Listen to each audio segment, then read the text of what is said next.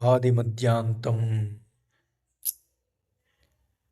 శరణ్యశరణం ప్రాప్య శరణార్థిశరణ్యవత్ శరణ్యశరణం ప్రాప్య శరణార్థి న శరణ్యవత్ ఇత్య ఏవం ఆదిమధ్యాంతం శరణార్థిశరణ్యవత్.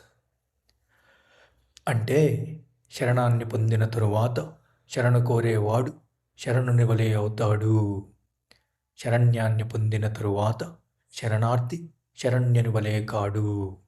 ఈ విధంగా ఆది నుండి అంతం వరకు శరణార్థి శరణ్యుని వలనే ఉంటాడు.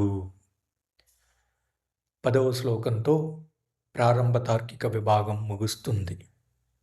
ఇందులో ఉపయోగించిన ఆది మధ్య అంతం అనగా ప్రారంభం నుండి ముగింపు వరకు అనే పదం ఒక సారాంశ ప్రకటనను సూచిస్తుంది.